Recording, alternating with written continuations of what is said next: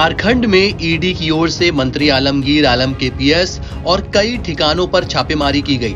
इस छापेमारी में करोड़ों रुपए कैश मिलने के साथ ही कई अहम दस्तावेज भी मिले हैं, जिसकी आज कई राजनेताओं और वरिष्ठ अधिकारियों तक पहुंचेगी। ईडी ने सोमवार को जिस मामले में कार्रवाई की है, उसकी शुरुआत सिर्फ 10,000 रुपए घूस लेने से हुई थी। ईडी ने ये कार्रवाई चर्चित अभियंता वीरेंद्र राम से जुड़े मामले में की है। इस पूरे मामले की शुरुआत 10,000 रुपए से हुई और अब बात करोड़ों रुपए के कैश तक जा पहुंची है। इससे पहले भी ग्रामीण विकास विभाग के मुख्य अभियंता रहे वीरेंद्र राम के आवास से करोड़ों रुपए कैश और कई बेनामी संपत्ति को जब्त किया जा चुका है। ईडी ने जिस मामले को लेकर वीरेंद्र राम के खिलाफ कार्रवाई शुरू की थी, ये मामला 10,000 रुपए घूस से जुड़ा था। 13 नवंबर 2019 को एसीबी ने वीरेंद्र राम के मातहत जूनियर इंजीनियर सुरेंद्र प्रसाद वर्मा को एक ठेकेदार से 10,000 रुपए रिश्वत लेते हुए पकड़ा था।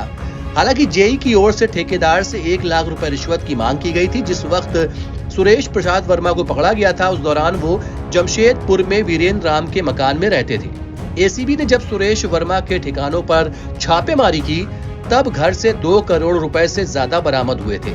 उस वक्त सुरेंद्र प्रसाद वर्मा ने बताया था कि पैसे वीरेंद्र राम के हैं और उनके रिश्तेदार ने पैसे रखने को दिए थे। इस मामले में सुरेश प्रसाद वर्मा को जेल भेज दिया गया।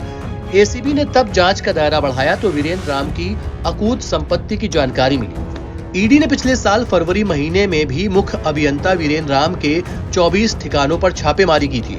इस छापेमारी के दौरान मिले दस्तावेजों के आधार पर उनसे पूछताछ शुरू हुई, जिसके बाद उन्हें गिरफ्तार कर लिया गया।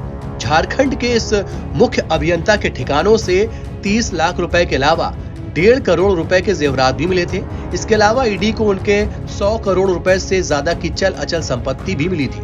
बिहार के सिवान जिले के मैरवा के मूल रूप से निवासी वीरेंद्र राम की ताकत का अंदाजा इसी से लगाया जा सकता है कि साल 2019 के विधानसभा चुनाव में वो अपनी पत्नी को बीजेपी टिकट पर चुनाव लड़ाना चाहते थे, लेकिन समय ने साथ नहीं दिया।